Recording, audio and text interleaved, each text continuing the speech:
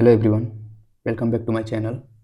तो आज के हम वीडियो में पढ़ने वाले हैं नेस्टिंग लूप के बारे में। हमने already for loop, while loop, do while loop तीनों पढ़ लिया है फेज 3 में। ठीक है, अभी हम पढ़ेंगे नेस्टिंग लूप। ठीक है, तो नेस्टिंग लूप होता क्या है? नेस्टिंग लूप सिंपल मीनिंग होता है कि लूप इनसाइड लूप। लूप के अंदर जब हम लूप को यूज करते हैं तो उसको हम बोलते हैं नेस्टिंग लूप। ठीक है, बिना टाइम वेस्ट के पहले हम अपना फाइल बना लेते हैं एक। ठीक है, नेस्टेड लूप डॉट सी, ये हमारा फाइल हो गया। एक एग्जाम्पल के लिए txt टेक्स्ट नाम का फाइल बना लेते हैं। ठीक है ना। देखिए लूप हमारा कैसे चलता था।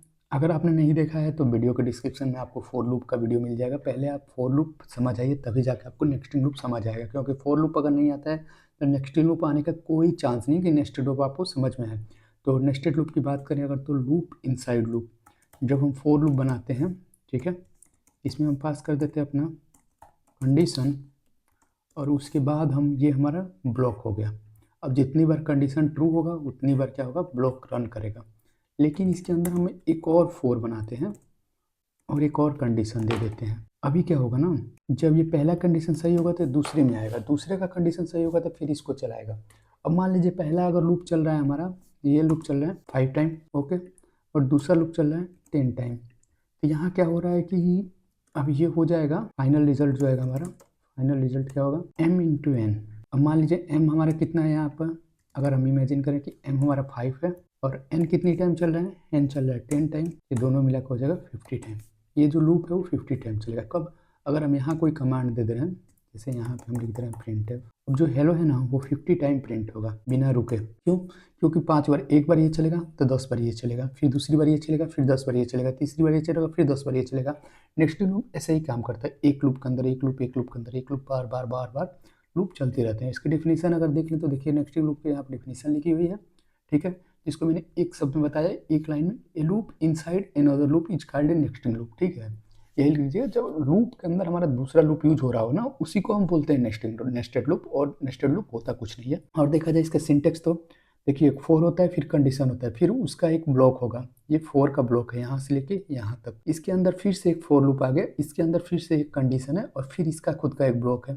अब ये हमारा वर्क है। अब देखिए यहाँ पे जो हमारा काम हो रहा है वो क्या हो रहा है कि वर्क जो है मैंने अभी बताया m इंटू एन टाइम हो रहा है। अगर ये 5 बार चलेगा, 10 बार चलेगा तो टोटल 50 टाइम, ये 10 टाइम और ये भी 10 टाइम, तो टोटल 100 टाइम ये लूप चलेगा। कौन सा? ये वाला।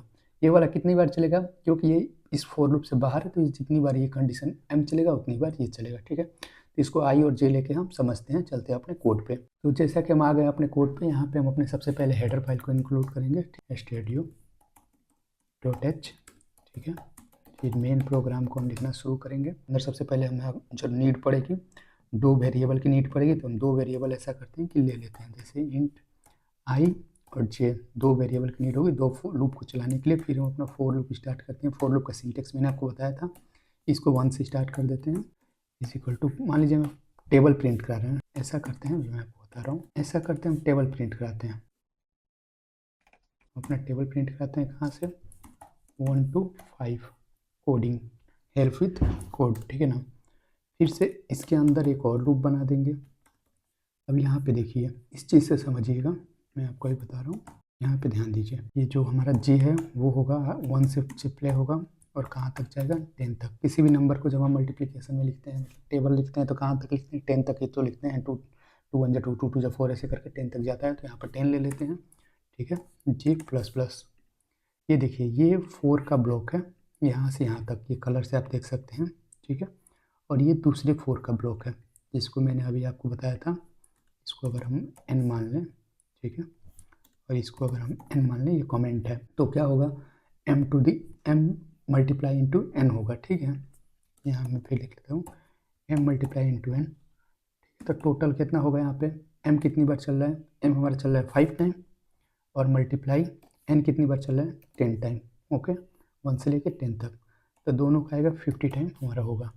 तो ऐसा करते हैं कि हम अपना अब काम क्या कराना है वो देते हैं, percentage d multiply percentage d is equal to percentage d comma. अब देखिए पहला परसेंटेज d क्या होगा हमारा, मान लेते हैं i होगा, जो कि कांस्टेंट रहना चाहिए 10 बार। 10 टाइम कांस्टेंट रहना चाहिए ना, 2 2 2 2 2 2। जैसे मान लीजिए एग्जांपल यहाँ मैं दिखाऊंगा, हमें टेबल लिखना है 2 का, ये होगा 2 multiply 1 is equal to 2, 2 multiply, ठीक है, 2 इज इक्वल टू 4, यही सिंटेक्स होता है ना, 2 मल्टीप्लाई 3 इज इक्वल टू 6, ये हमारा होता है, ठीक है।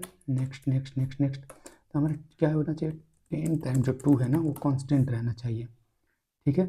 उसके बाद से ये तो बढ़ता रहना चाहिए 3 4 5 6, तो इसको हम आई कंसीडर करते हैं, ठीक है, क्योंकि आई एक बार जब लूप के अंदर आएगा तो वो कांस्टेंट रहेगा, फिर से ये जे जो है बढ़ता रहेगा और मल्टीप्लाई करके हमारा आंसर देता रहेगा। अब देखिए यहाँ पे जो मल्टीप्लिकेशन है या फिर स्ट्रिंग जो भी आप बोल दीजिए, ठीक है, ये हमारा है वो क्या है कि यहाँ पे एज ए स्ट्रिंग बिहेव कर रहा है और ये इज इक्वल टू भी एज ए स्ट्रिंग बिहेव कर रहा है, ठीक है। ऐसा नहीं है कि ये जो काम कर रहा है वहाँ पे, यहाँ पे एज ए स्ट्रिंग, लेकिन यहाँ पे जब हम बात करेंगे ना आई मल्टीप्लाई जे, यहाँ पे एज ए स्ट्रिंग नहीं बिहेव कर रहा है, यहाँ जो ऑपरेटर बिहेव कर रहा है, आई को मल्टीप्लाई करके जे से इसमें असाइन कर देगा। आई सबसे पहले इसमें असाइन होगा जो कि 10 टाइम कॉन्स्टेंट रहेगा, फिर जे इसमें होगा जो बढ़ता रहेगा, और आई मल्टीप्लाई जे इसमें जाएगा, ठीक है ना। जब आई 1 होगा और इसे मल्टीप्लाई करेगा तो फिर हमारा आंसर भी वैसे ही आएगा। यहाँ बैकस्लैश एन दे देते हैं ताकि हमारा नेक्स्ट लाइन में हर बार चला जाए। अब देखिए, अब इस लूप के अंदर आते हैं, ये हमारा ये फॉर लूप हो गया ख़त्म, ठीक है, इसका काम ख़त्म हो चुका है। अब हम ऐसा करते हैं, इसके लूप के अंदर इस वाले ब्लॉक के अंदर आते हैं, यहाँ पे भी हम एक कमांड दे देते हैं प्रिंटफ बैकस्लैश एन, बस नेक्स्ट लाइन के लिए। इसका इतना ही काम है कि जब ये सारा टेबल ख़त्म हो जाए, मतलब एक टेबल, तो फिर अगले लाइन में लेकर चला जाए। अब यहाँ पे हम अपना कमांड देंगे रिटर्न 0। तो ऐसे हम अपने करके क्या प्रिंट करा सकते हैं, टेबल प्रिंट करा सकते हैं। फिर से समझ लीजिए ये लूप है, उसके इनसाइड लूप है, ये 5 है 10 है, दोनों में मल्टीप्लाई करके 50 टाइम ये लूप टोटल चलने वाले हैं। मतलब ये जो कमांड है वो कितनी बार प्रिंट होने वाला है, 50 टाइम। रन करके देखते हैं क्या कोड में गड़बड़ी तो नहीं है। तो जैसा कि आप देख सकते हैं, ठीक है, ये बैकस्लैश एन कहीं तो गड़बड़ हुआ है हमसे, यहाँ पे बैकस्लैश एन होगा उसमें भी, सॉरी, ये बैकस्लैश एन, ओके। अभी हम दोबारा से रन करा के चेक कर लेते हैं। तो जैसा कि आप देख सकते हैं, ये 1 का टेबल हो गया, ये 2 का टेबल हो गया, ये 3 का टेबल हो गया, ये 4 का टेबल हो गया, ये 5 का टेबल हो गया, ठीक है। ये हमने कैसे किया, ये हमने किया लूप से। अभी मान लीजिए मुझे टेबल को 6 तक लिखवाना है, मतलब प्रिंट करना है, तो यहाँ पे हम 6 कर देंगे नंबर। अभी देखिए, अभी जो टेबल है वो 6 तक प्रिंट होगा। यहाँ पे नंबर को बढ़ाते जाएंगे, हमारा टेबल बढ़ते जाएगा। ये 10 हो गया, ठीक है। अब चलिए ऐसा करते हैं कि इसको हम 50 तक टेबल प्रिंट करते हैं, 50 कर देते हैं। अब ये टोटल लूप कितनी बार चलेगा, 50 मल्टीप्लाई बाई 10, 500 टाइम चलेगा।